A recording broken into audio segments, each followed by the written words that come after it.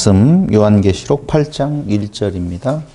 일곱째 인을 떼실 때에 하늘이 반시간쯤 고요하더니 내가 보매 하나님 앞에 일곱 천사가 서 있어 일곱 나팔을 받았더라. 아멘. 지난 시간 14만 4천 그리고 흰 옷 입은 무리에 대한 내용을 자세히 살펴보았습니다.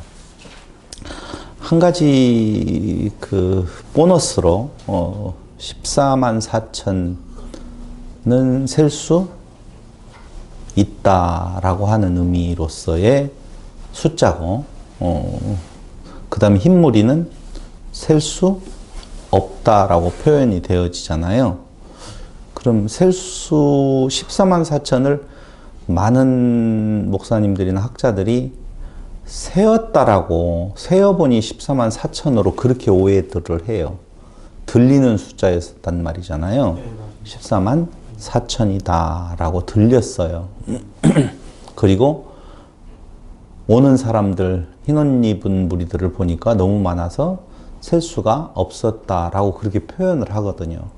근데 이제 그걸 세어보니 14만 4천이었었다라고 이야기를 하면서 다른 부류인 것처럼 이렇게 생각하는 분들이 참 많고, 또 어떤 목사님들은 맞아요, 그걸 같은 무리로 보는 경우가 있습니다. 그렇다라고 보면 왜 굳이 이렇게 14만 4천이라고 하는 숫자로 표현을 하고, 그리고 셀 수 없는 흰옷 입은 무리들이라고 이렇게 겹쳐서 표현을 하고 있는 건가? 이건 구약에 이미 그러할 것이다라고 하는 내용이 약속되어져 있어요. 셀 수 있는 무리와 셀 수 없는 무리라고 하는 내용이 약속되어져 있어요. 하나님의 백성, 그러니까 육적 이스라엘에 대한 내용이 영적 이스라엘에 대한 내용으로 지금 전환이 되어졌지 않습니까?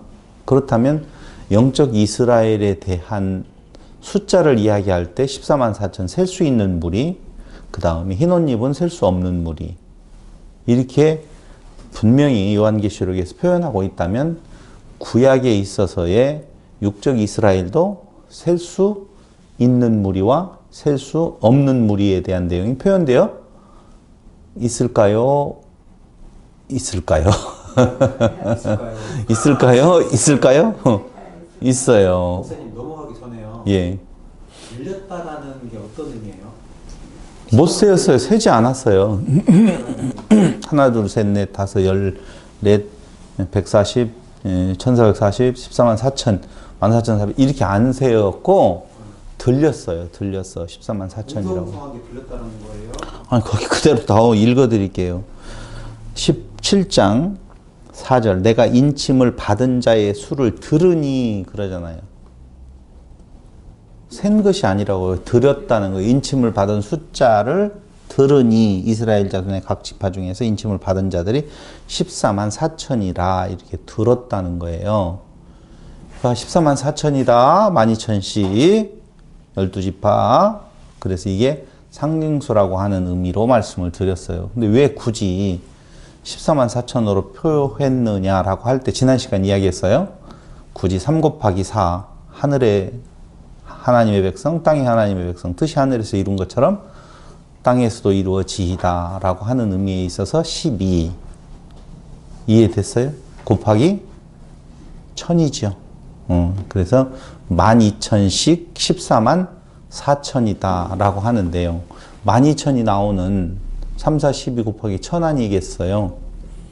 그렇잖아요. 각 지파는 하늘의 수와 땅의 숫자를 합한 것으로 이야기를 하고 있어요. 표현하고 있는 거예요. 합한, 따로 있고 따로 있는 것이 아니라 표현하고 있어요. 뜻이 하늘에서 이루어진 것 같이 땅에서도 이루어지이다. 3은 하늘의 숫자, 4는 땅의 숫자라고 말씀을 드렸었잖아요.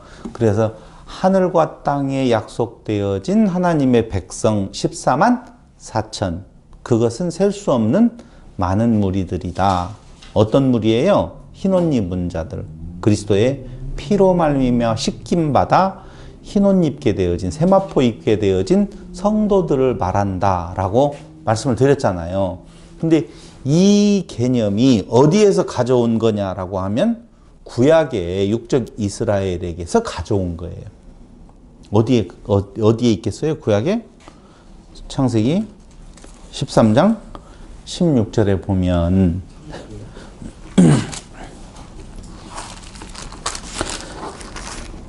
바다에 모래를 셀 수 있느냐 없느냐. 13장 16절. 제가 이 강론할 때 많은 수를 표현한 거라고 말씀드렸잖아요. 땅에 티끌참, 바다에 모래가 아니라. 거기 16절에 보면 아니 15절. 보이는 땅을 내가 너와 내 자손에게 주리니 영원히 이르리라. 내가 네 자손이 땅의 티끌 같게 하리니. 티끌은 셀 수 있어요, 없어요? 없는데 여기 뭐라고 말해요? 셀 수 있다고 나와요.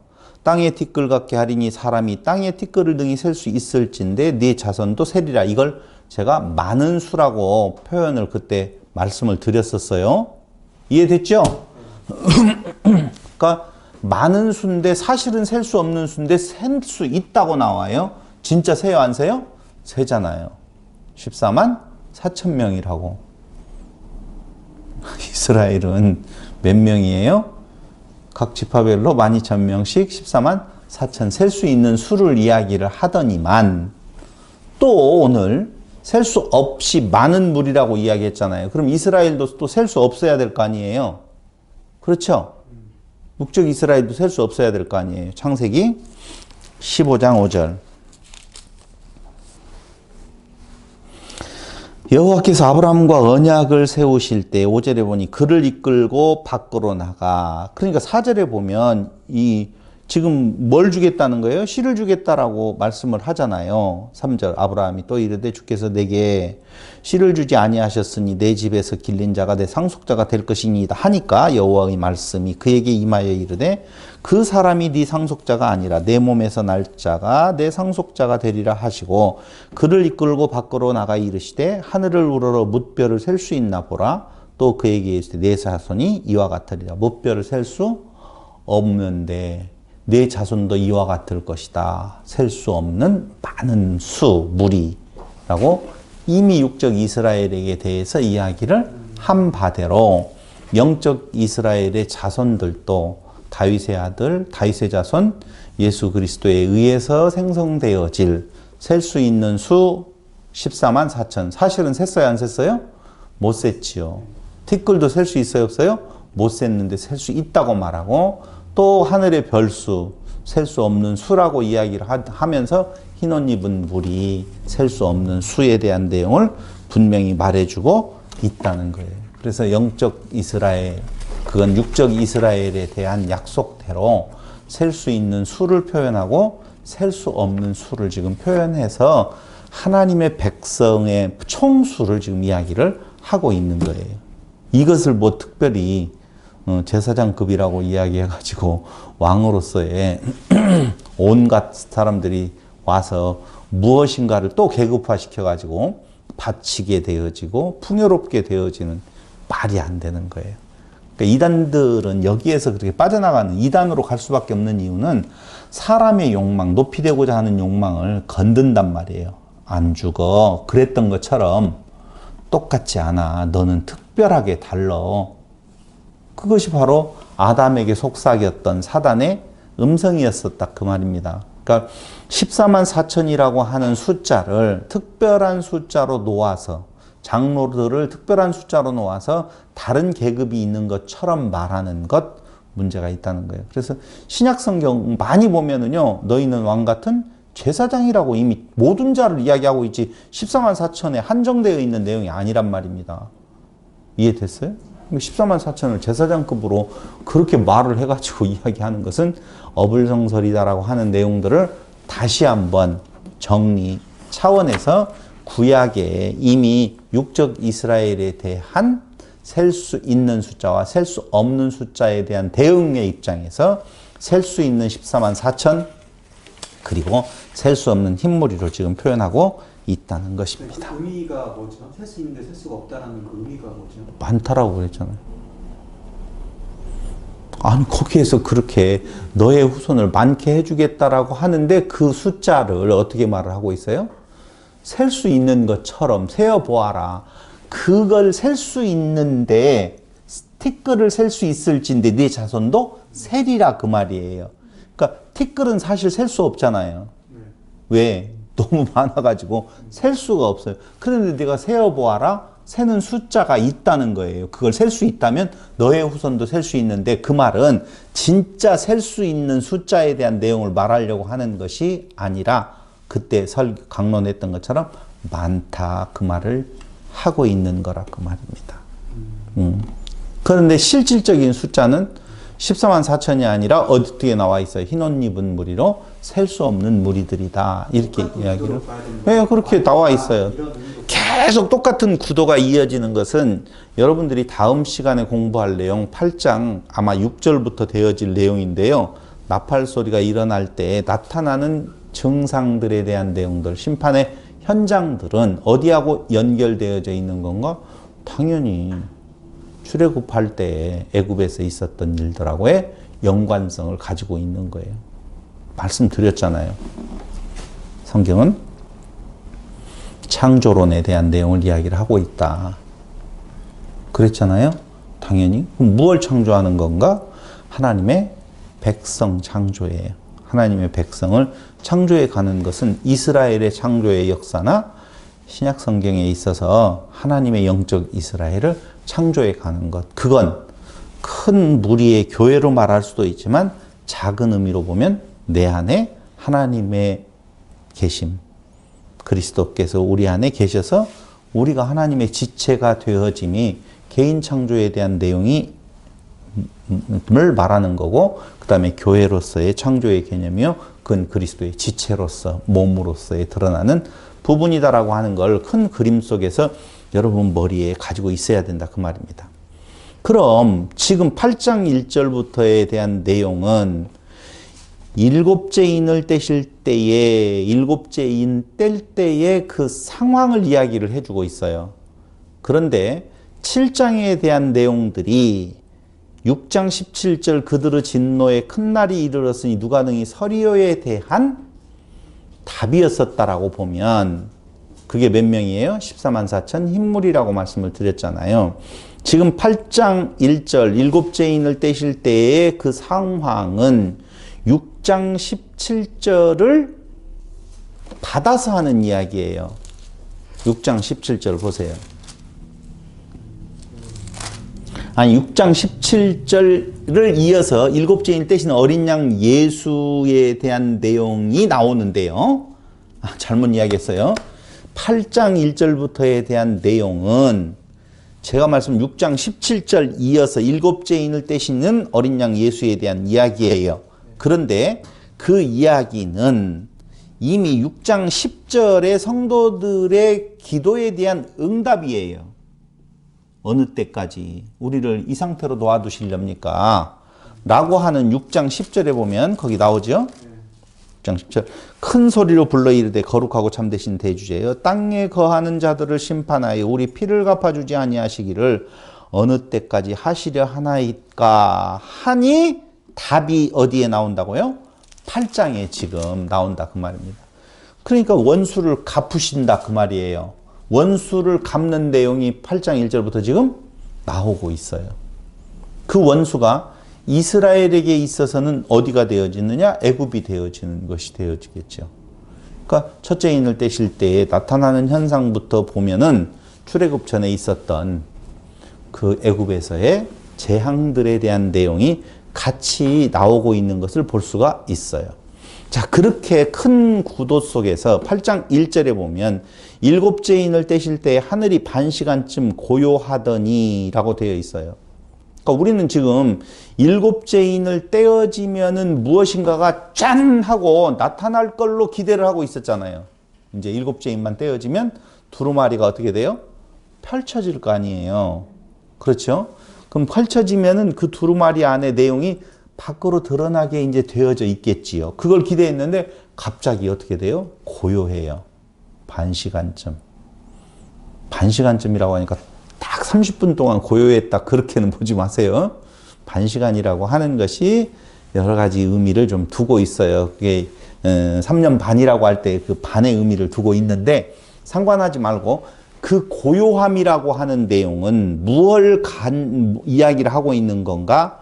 바로 심판이 임박했음에 대한 내용을 담고 있는 거예요. 그러니까 구약 성경에 당연히 인유한 건데요. 심판 전의 고요한 상태를 보면 하박국 2장 20절로 3장 15절까지 또 스가랴서 2장 13절로 3장 2절에 보면 하나님이 성전에 계시면서 땅의 심판을 행하고자 하실 때에 어떤 현상이 일어나는 건가? 고요해요. 하박국 2장 20절 한번 보겠습니다.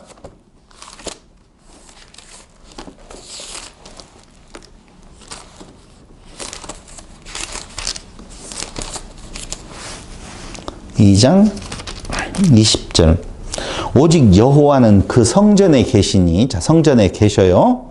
온 땅은 그 앞에서 잠잠할지니라 하시니라. 그래서 3장 15절까지 쭉 읽어가서 보면 7절 내가 본즉 구산의 장막이 환란을 당하고 미디안 땅의 휘장이 흔들리는도다. 지금 하나님의 심판의 내용이 나타나고 있죠.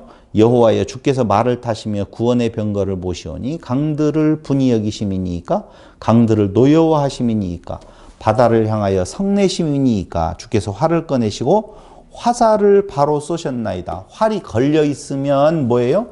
심판이 면허인 거죠. 그건 구원이죠. 근데 이것은 어떻게 화살을 쏘고 있어요. 그러니 심판이 되겠죠. 주께서 강들로 땅을 쪼개셨나이다. 쭉 이어져서 나오고 있는 15절까지에 대한 내용을 보면 결국은 하나님의 심판이 시행되어지기 전에 20절 온 땅은 그 앞에 무엇하니라? 잠잠할지니라. 이렇게 이미 땅의 심판을 행하고자 하실 때 그 장면이 잠잠이에요. 스가랴서 2장 13절로 3장 2절. 스가랴서 2장 13절에도 보면 역시 똑같아요. 2장 13절. 모든 육체가 여호와 앞에서 잠잠할 것은 여호와께서 그의 거룩한 처소에서 일어나심이니라 하라 하더라. 여호와의 처소에서 그가 일어나서 무엇한다? 심판을 행하시니 이제 땅은 무엇해라? 잠잠하라 라고 하는 거예요. 이해됐어요? 안 됐어요?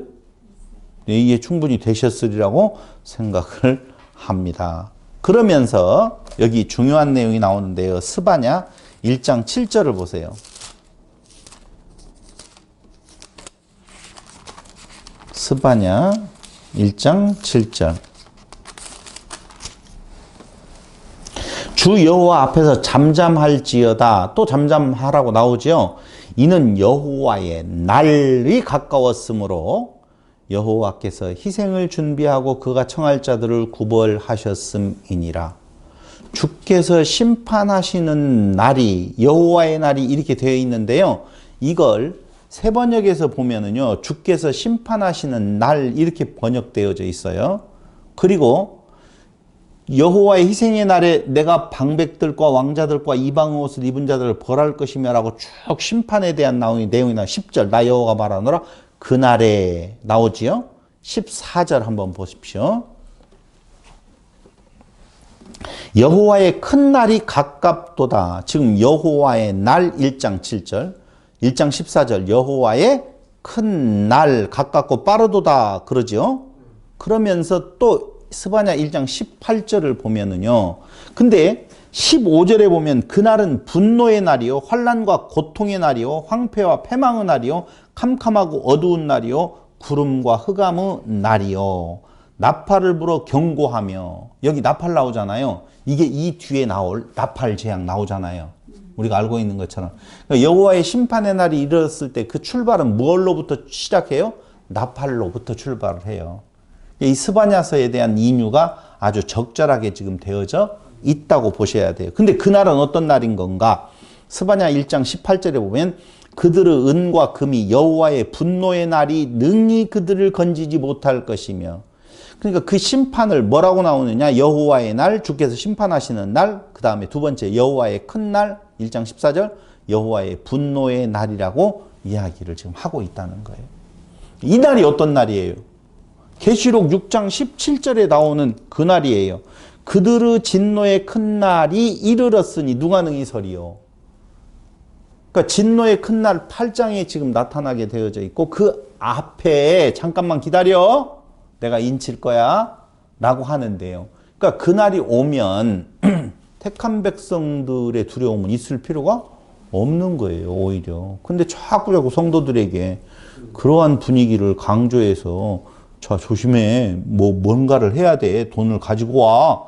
이렇게 말하는 것은 이단이라 그 말이에요. 철저. 이해됐죠?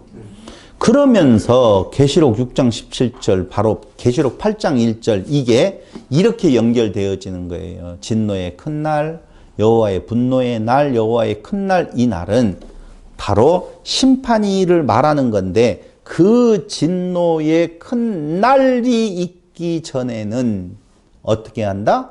고요함이 있다 그 말이죠. 그러니까 고요함이 왔다라고 하는 것은 심판이 임박했다라고 하는 것을 지금 표현해 주는 것이 8장 1절에 대한 내용이다. 이걸 지금 말씀을 드렸던 거예요. 하나님의 최후의 심판이 너무 두려워서 온 세상이 이 심판 앞에 쥐죽은 듯이 있다는 것이요. 이 심판은 계시록 6장 10절에 대한 하나님의 응답이다라고 처음 출발하면서 지금 말씀을 드렸던 것입니다. 6장 10절 성도들이 하나님께 직접 기도드렸죠. 이게 중요한 말이에요. 성도들이 하나님께 직접 기도를 드렸어요. 지금 5장 8절 보세요. 그 두루마리를 취하심에 네 생물과 24 장로들이 그 어린 양 앞에 엎드려 각각 검은고와 향이 가득한 금대접을 가졌으니 이 향은 성도의 기도들이라.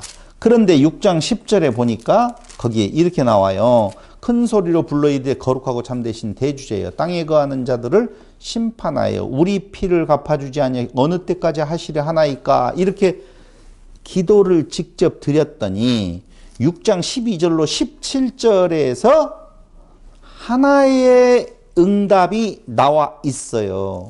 그 내용이 뭐예요? 내가 보니 여섯째 인을 떼실 때 큰 지진이 나며 해가 검은 털로 짠 상복같이 검어지고 다른 온통 피같이 되어지며 17절까지에 대한 응답이 하나 나왔죠. 두 번째 응답은 8장 1절부터 시작되어지는 내용이 그 기도에 대한 응답으로 계속적으로 지금 선포되어지고 있다는 것입니다. 자, 이 기도에 대한 하나님의 응답이 있고 난 뒤에 천상의 성전에서 박해자들을 불사르기 위해서 불이 나온다라고 하는 거예요. 이렇게 응답하신 뒤에 이제 그 심판은 뭘로 이루어지느냐 하면은 시편 18편 6절로 15절을 보세요. 시편 18편 6절로 15절.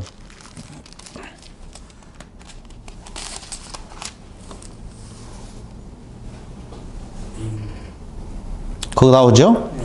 18편 6절로 15절. 내가 환난 중에서 여호와께 아뢰며 나의 하나님께 부르짖었더니, 이게 딱 부르짖음 나오네요. 그가 그의 성전에서 내 소리를 들으시며 그의 앞에서 나의 부르짖음이 그의 귀에 들렸도다. 이에 땅이 진동하고 산들의 터도 요동하였으니 그의 진노로 말미암음이로다. 그의 코에서 연기가 오르고 입에서 불이 나와 사름이여 그 불의 숯이 피었도다. 그가 또 하늘을 들이우시고 강림하시니 그의 발에는 어두캄캄하도다.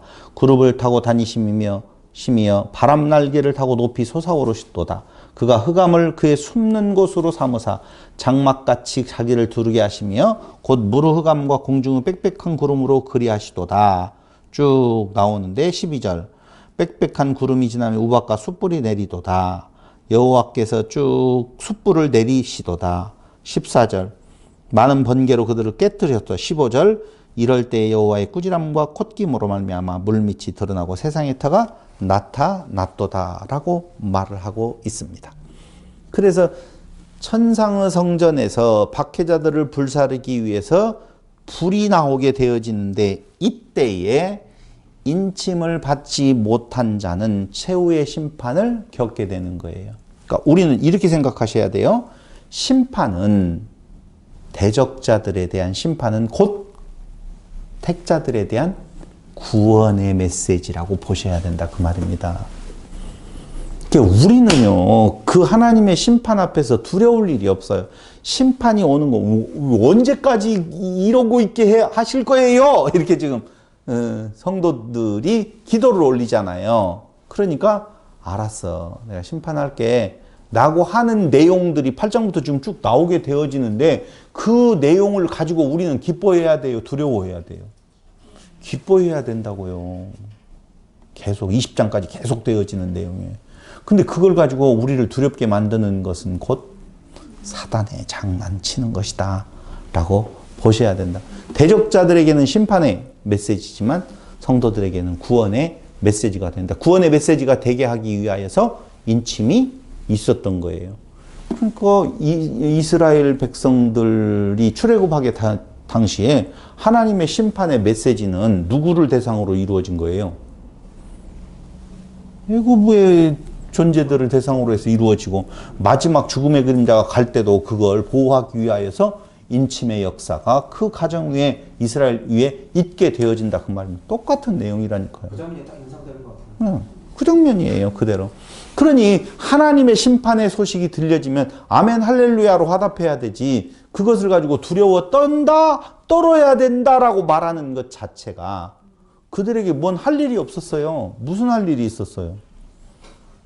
문설주와 임방에 피 바르는 것 외에는 그 전에는요 다 그 예굽을 향하여서 있었던 하나님의 심판의 모습이었었고 마지막 모든 자에게 있었을 때 그 피를 발라서 패스오버 되어질 수 있도록 만드시는 내용이었었지 않습니까? 아무 할 일이 없어요. 뭔가 하라고 하는 것도 문제가 있고 두려워하라고 하는 것도 문제가 있는 것이다. 그리 생각하셔야 되겠죠? 8장 5절에 보세요. 요한계시록.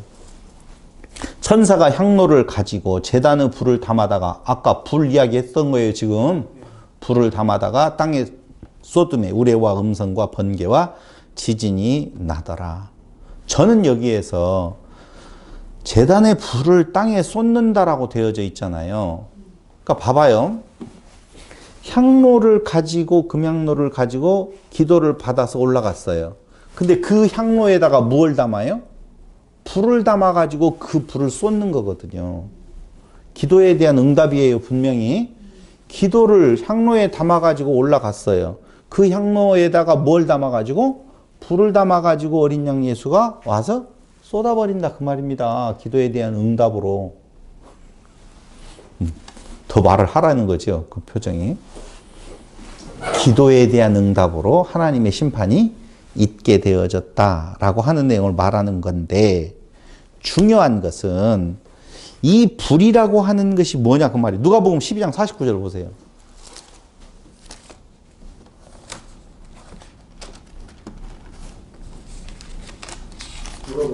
누가복음 12장 49절에 보면 예수님께서 하시는 말씀이 내가 불을 땅에 던지러 왔노니 이 불이 이미 붙었으면 내가 무엇을 원하리요. 불을 던지러 왔대요. 불을 던지러 왔대요. 땅에다가 던지러 왔대요. 땅은 어디예요? 마귀의 터전안이에요. 마귀들이 활동하는. 그곳에 뭘 던져요? 불을 던지러 왔대요. 마태복음 7장 19절.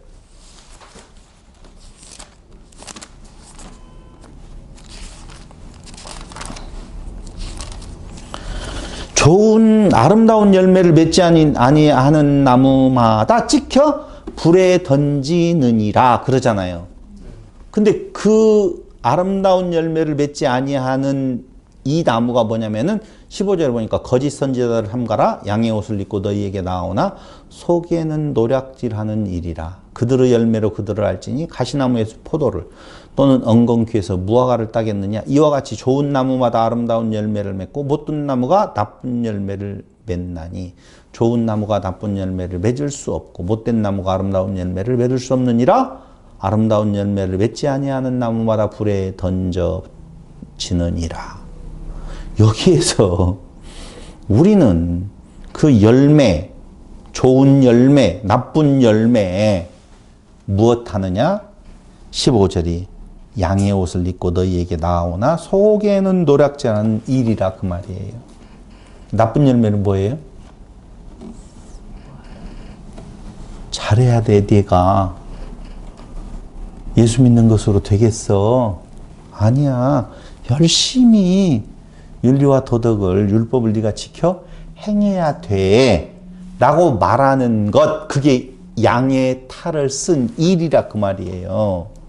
그래서 되겠어라고 하는 선악지식나무로 먹어야 돼. 라고 하는 속삭임, 유혹이라니까요. 그게. 그런 자를 어떻게 던져버린다? 불에 던져버린다 그 말입니다. 그러니까 불을 쏟아서 심판을 행한다라고 하는 말, 불에 태워버린다라고 하는 것은 그런 것들을 다 태워버린다라고 보시면 돼요.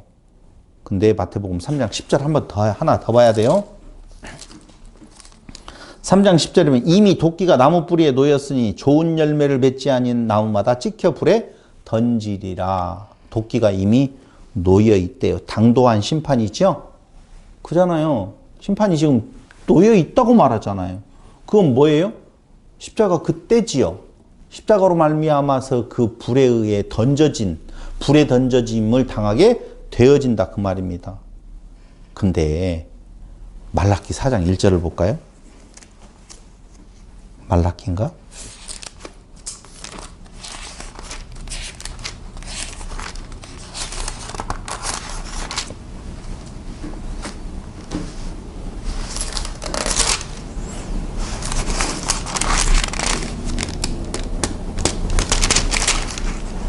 (3장) 4장 만군의 여호와가 이르노라 보라 용광로 불같은 날이 이르리니 교만한 자와 악을 행하는 자는 그 지푸라기 같을 것이라. 그 이르는 날에 그들을 살라 그 뿌리와 가지를 남기지 아니할 것이로되. 나오죠.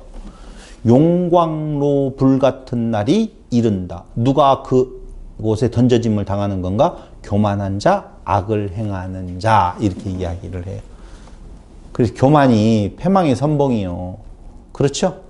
교만이라고 하는 내용, 악을 행하는 악이 뭐냐 그 말입니다. 그것이 다른 거 아니에요. 우리 보고 우리의 의를 세우라고 하는, 너 하나님과 같이 되라고 하는, 하나님의 자리에 오르라고 하는, 너 스스로가 무엇인가를 보여줘야 될 것이 있다라고 말하는 것, 이것이 바로 태움을 당해야 될 내용이라 그 말입니다. 그런데 제단의 불을 땅에 쏟는다라고 할 때 우리는 불 하면 뭐가 떠올라요?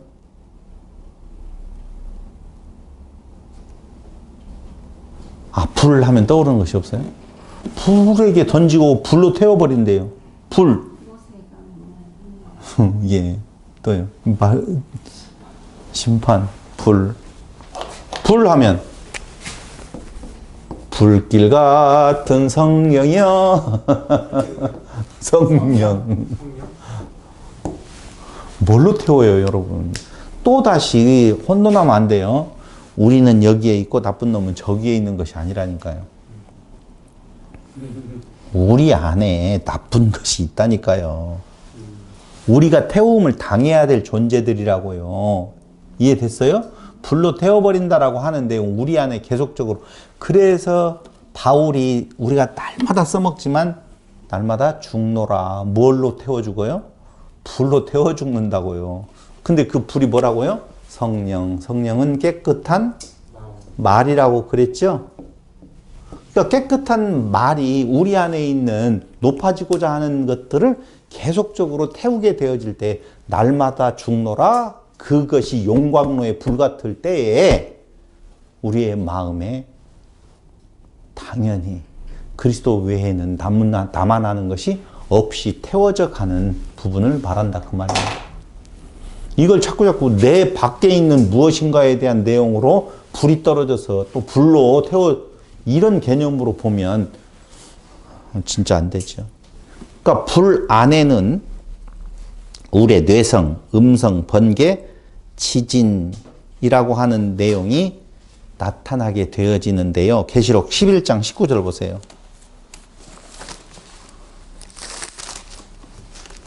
11장 19절에 보면 이에 하늘에 있는 하나님의 성전이 열리니 성전 안에 하나님의 언약궤가 보이며 또 번개와 음성들과 우레와 지진과 큰 우박이 있더라. 스바냐 1장 18절 아까 봤지만 한 번 더 찾아보시면 스바냐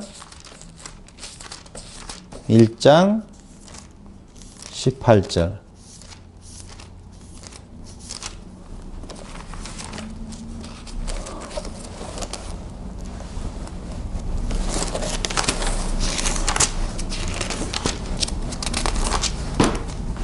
일장 18절 그들의 은과 금이 여호와의 분노의 날이 능히 그들을 건지지 못할 것이며 온 땅이 여호와의 질투의 불에 삼켜지리니 이는 여호와가 이 땅 모든 주민을 멸절하되 놀랍게 멸절할 것임이라. 그러니까 불 안에 우레 음성 번개 지진이라고 하는 내용은 하나님의 무엇을 말한다?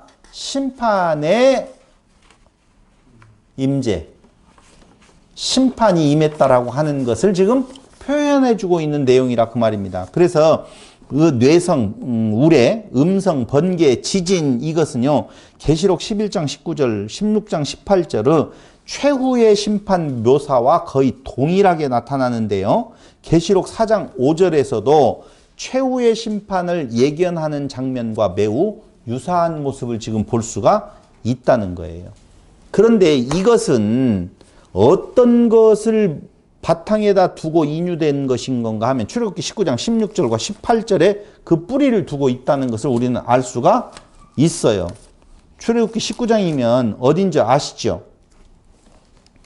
출애굽기 19장 16절에 보면 지금 소돔과 고모라에 대한 내용을 이야기를 할 때 19장 16절 그러나 룻이 지체함에 그 사람들이 룻의 손과 그 아내의 손과 두 딸의 손을 잡아 인도하여 성 밖에 두니 여호와께서 그에게 자비를 더하심이라. 18절 19장 출애굽기인데 창세기 어쩐지 이해가 안 됐어요. 죄송해요. 출애굽기예요. 19장 출애굽기 19장 16절과 18절에 보면 셋째 날 아침에 우레와 번개와 빽빽한 구름이 산 위에 있고 나팔 소리가 매우 크게 들리니 진중에 있는 모든 백성이 다 떨더라. 여기 나오죠? 18절 보세요. 시내산에 연기가 자욱하니 여호와께서 불 가운데서 거기 강림하시니라. 그 연기가 옹기카마 연기같이 떠오르고 온 산이 크게 진동하며. 19절 나팔 소리가 점점 커질 때에 나오잖아요. 이것은 심판에는 큰 나팔 소리가 동반되어질 뿐만 아니라 그 19장 16절과 18절에 뿌리를 두고 뇌성, 음성, 번개, 지진이라고 하는 것은 무엇을 말하는 것이다? 최후의 심판이 있을 때에 나타나는 현상이라 그 말입니다. 현상. 그런데 이사야서 29장 6절에 보면은요, 지진은 일부가 아닌 최후의 우주적 파멸을 예비하는 재앙으로 묘사되었다라고 하는 것을 알 수가 있어요. 그러니까 지진을 이야기를 할 때에는요, 일부분의 심판이 아니라 최후의 심판을 지금 이야기를 한다라고 하는 거예요. 나팔 불기도 마찬가지예요. 심판에는 큰 나팔 소리가 동반되어진다. 그럼 8장에는 결국은 하나님의 심판이 임하게 되어지는데 이 심판은 부분적인 심판이 아니라 무슨 심판? 최후의 심판. 마태복음 24장 7절, 마가복음 13장 8절, 누가복음 21장 11절도 참고해 보시면 알 수가 있을 거예요. 자, 여기에서 지금 말하고자 하는 내용이 있다는 거예요. 아까 말씀드린 대로 대적에 대한 심판이 분명히 임박했다라고 하는, 이것은 최후의 심판이라고 하는 내용. 그러니까 여기에서 부분적으로 심판을 주고 또 다음에 가서 또 부분적인 심판이 아니라 이제는 완전히 끝장낼 심판이 임했다라고 하는 건데, 처음 출발하면서 말씀을 드렸어요. 이건 무엇을 말한다? 지금 십자가 때에 이를 이야기를 한다 그 말입니다. 십자가로 말미암아 이루어지는 심판은요, 악인에 대한 내용은 심판이고 그 심판은 성도의 구원과 동의어로 지금 나타나고 있다라고 말씀을 지금 드리면서, 그 십자가의 그 심판은 다시 이스라엘, 육적 이스라엘이 또 다른 하나님의 심판이 그들 앞에 놓여져 있고 반복적인 것 같지 아니하고 이제는 완전히 끝장내는 거예요. 그러니까 그 그리스도의 십자가 사건이 우리에게 적용되어질 때 우리는 악을 완전히 소멸하게 되어지고 하나님의 그 영으로 새롭게 태어난 내용은 구원함에 이르게 되어진다라고 하는 것을 말하고 있는 것입니다. 여기에 우리가 깊이 생각해 봐야 될 내용이 있습니다. 자, 7번째 인이 떼어지면서 나팔이 심판이라고 하는 것을 말한다고 그랬어요. 나팔이 울려 펴진다는 것은. 근데 그 인이 떼어진 두루마리, 이제 7째 인이 떼어지잖아요. 떼어졌는데 뭐가 있어요? 나팔에 대한 내용이 나타나잖아요. 죄송하지만 이 나팔이 7인이 떼어진 그 두루마리 속의 내용이 아니라는 거예요. 정확하게 아셔야 될 것은 앞에서 첫째인, 둘째인, 셋째, 여섯째인까지 떼실 때의 상황도 그때 당시에 그 상황을 이야기한다고 그랬잖아요. 7째인에 대한 내용이 떼어지고 나타나는 지금 8장에 대한 내용은요. 그 자체 떼어진 두루마리의 내용이 드러나는 것이 아니라고요. 이제 인이 떼어지고 난 뒤에 펼쳐질 거예요. 그 펼쳐지는 내용이 어디에 나오게 되어지는 건가? 10장에 보세요. 10장 2절. 그 손에는 펴놓인 작은 두루마리 나오죠.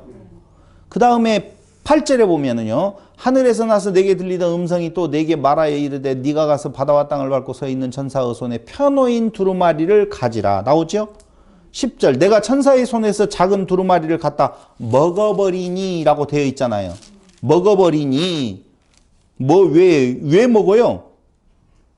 먹으라고 하니까. 그리고 말하지 말라 그래 버려요.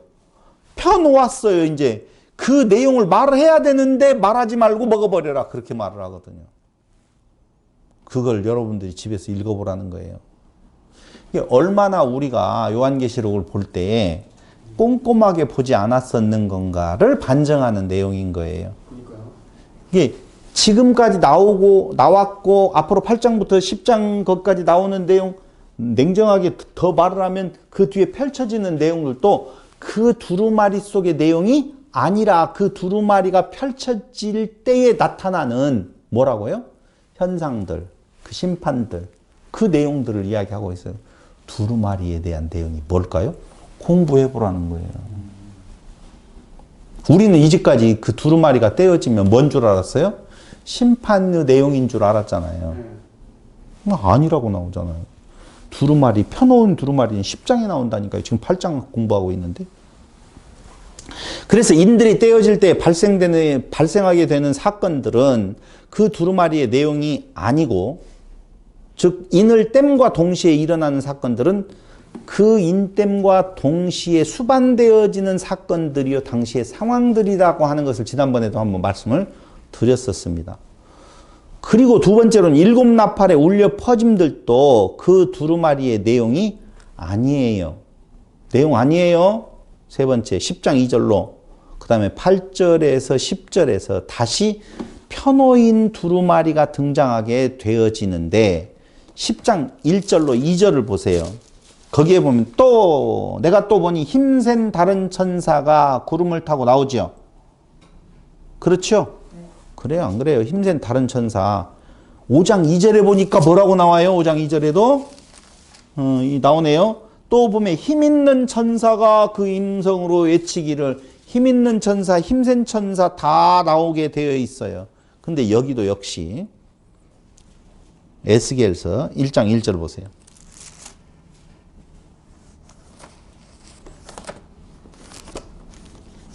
에스겔서 1장 1절. 30째 해 넷째 달 초 닷새에 내가 그발강가 사로잡힌 자 중에 있을 때 하늘이 열리며 하나님의 모습이 내게 보이니 여호야긴 왕이 사로잡힌 지, 여기 10장 에스겔서 1장 1절로 3장 11절까지를 쭉 보게 되어지면 이거 전부 다 볼 수가 없잖아요. 8절 보세요. 2장 에스겔서 2장 8절 너 인자야 내가 내게 이르는 말을 듣고 그 패역한 족속같이 패역하지 말고 내 입을 벌리고 내가 내게 주는 것을 먹으라 하시기로 내가 보니 보라 한 손이 나를 향하여 펴지고 보라 그 안에 두루마리 책이 있더라. 그가 그것을 내 앞에 펴시니 그 안팎에 글이 있는데 그 위에 애가와 애곡과 재앙의 말이 기록되었더라. 또 그가 내게 이르시되 인자야 너는 발견한 것을 먹으라. 너는 이 두루마리를 먹고 가서 이스라엘 족속에게 말하라 하시기로 내가 입을 벌리니 그가 그 두루마리를 내게 먹이시며 내게 이르시되 인자야 내가 내게 주는 이 두루마리를 내 배에 넣으며 내 창자에 채우라 하시기에 내가 먹으니 그것이 내 입에서 달기가 뭣 같더라? 꿀 같더라. 어떤 내용하고 비슷해요? 요한계시록에 있는 내용하고 비슷하잖아요. 책을 지금 먹는다까지. 선지자가 자신이 전하게 될 신적 메시지에 몰입되어져 있다는 것이 책을 먹는다는 거예요. 이해됐어요? 그러니까 여기 에스겔 선지자도 먹으라고 펼쳐놓은 책을 먹으라고 이야기하고 요한계시록에서도 그 내용이 나오게 되어지는 것을 우리가 볼 수가 있는 것이죠. 그러니까 책이 잘 보세요. 책이 어린 양에게 취해지고 5장 7절 자 과정을 한번 보시기를 바랍니다. 5장 7절에 보면 그 어린 양이 나와서 보좌에 앉으신 이 오른손에서 두루마리를 취하시니라 이렇게 나오죠. 책이 있어요. 두루마리를 보좌에 앉으신 이 가지고 있어요. 근데 어린 양이 그걸 취했어요. 그렇죠? 그 다음에 어린 양에 의해 책이 펼쳐지지요. 6장 1절부터 3절, 5절, 7절, 9절, 12절, 8장 1절에 보면 7째 인까지를 떼는 것을 통하여서 어린 양에 의해서 책이 어떻게 되어진다고요? 펼쳐져요. 취하고 5장 7절에서 6장부터 18장 1절까지 해서 펼쳐지고 그 다음에 10장 1절로 2절에 보니까 한 천사에 의해 하늘에서부터 땅으로 취해져요. 힘센 천사 나왔잖아요. 지금 그 이야기 하면서 하는 이야기예요. 그러니까 한 천사에 의해 하늘에서부터 땅으로 취해져서 10장 8절로 10절에 보니까 요한이 그것을 받아서 어떻게 되어져요? 먹게 되어지더라 그 말입니다. 근데 이 내용이 계시록 1장 1절 예수 그리스도의 계시라 이는 하나님이 그에게 주사 반드시 속히 일어날 일을 그 종들에게 보이시려고 그의 천사를 그 종 요한에게 보내어 알게 하신 것이라. 1장 1절에 성취가 일어난 거예요. 알았어요. 요한이. 펼쳐보고. 그렇죠? 알았는데 그것을 발표하지 아니하고 말하지 말고 어떻게 하라고 했어요? 먹어버려라 그렇게 나오네요. 계시록 22장 16절.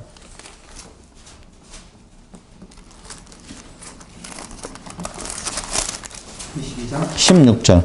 나 예수는 교회들을 위하여 내 사자를 보내어 이것들을 너희에게 증언하게 하였노라. 나는 다윗의 뿌리요 자손이 곧 광명한 새벽별이라.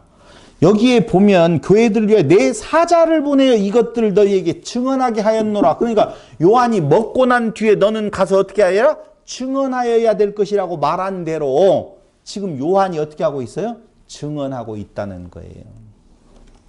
자, 여기까지 일단 살펴보면서 7 나팔과 그 나팔의 결과는 이제 그 뒤에 7 나팔 나오잖아요.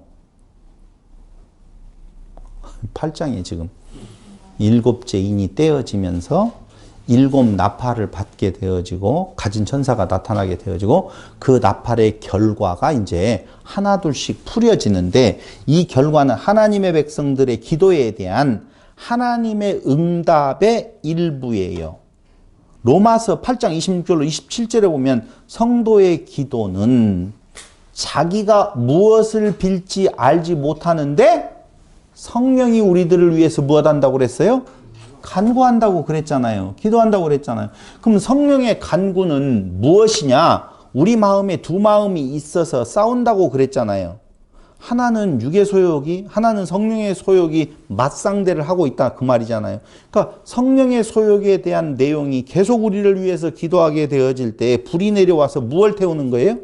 육의 소욕을 태우는 것이라 그 말입니다. 그런데 이 그 나팔과 나팔의 결과는 결국은 성도들, 하나님의 백성들의 기도에 대한 하나님의 응답의 결과라고 이야기할 거 아니에요. 그러니까 8장 1절로부터 나오게 되어지는 그 심판에 대한 내용은 그 밖에 있는 대적들에 대한 내용도 되어지겠지만 내 안에 있는 또 다른 나의 대적들도 태우게 되어지는 역사를 시행하는 내용이라 그 말입니다.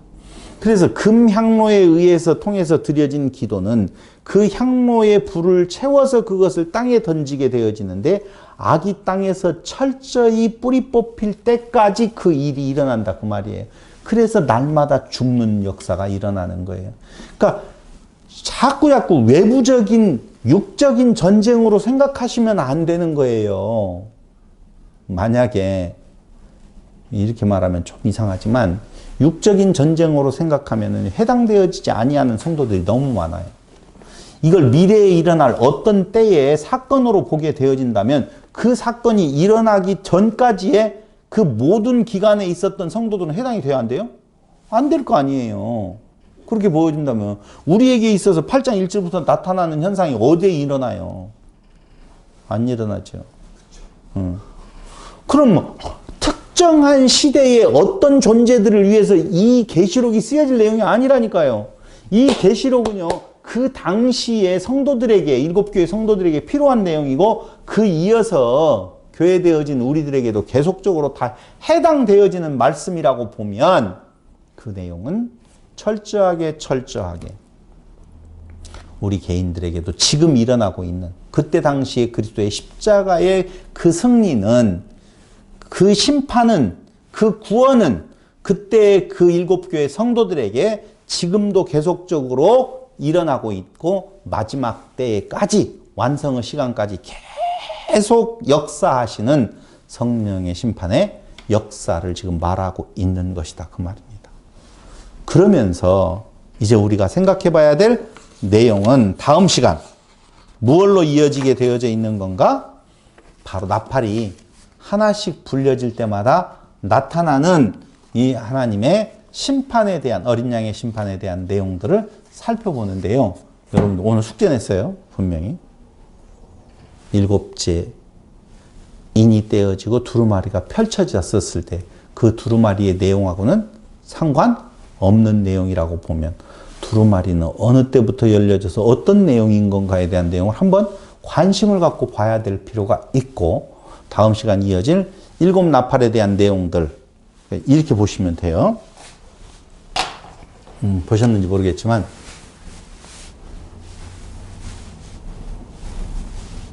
일곱 인 안에 7 나팔이 있고 7 나팔 안에 7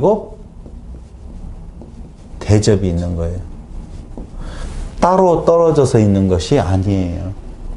이해됐죠? 7인이 떼어질 때 일어날 수 있는 내용들이 나팔과 대접 안으로 쭉 되어져 있는데 그 떼어지고 난 뒤에 그 두루마리의 내용은 요 내용하고는 상관없다고 말. 상관은 있지만 그 내용이 아니라는 거예요. 아시겠죠? 그래서 다음 시간 한번 기대해 보면서 나팔에 대한 재앙이라고 우리가 흔히 심판이라고 말하고 있는 내용을 살펴보도록 하겠습니다. 기도드리겠습니다. 고마우신 아버지 하나님, 오늘 또 우리에게 귀한 시간 허락하여 주셔서 요한계시록이 악한 것들에 대한 심판이요 하나님의 택한 백성들에 대한 구원에 대한 아름다운 소식인 줄을 다시 한번 확인해 봅니다. 외부에 우리의 적이 있는 것이 아니라 우리 안에 우리를 높이고자 하는 하나님을 대적하는 것을 불로 사멸시켜가는 놀라우신 하나님의 그 역사 안에서 참 평강을 이루어가는 성도들이 되게 하여 주시기를 예수님의 이름으로 기도드립니다. 아멘.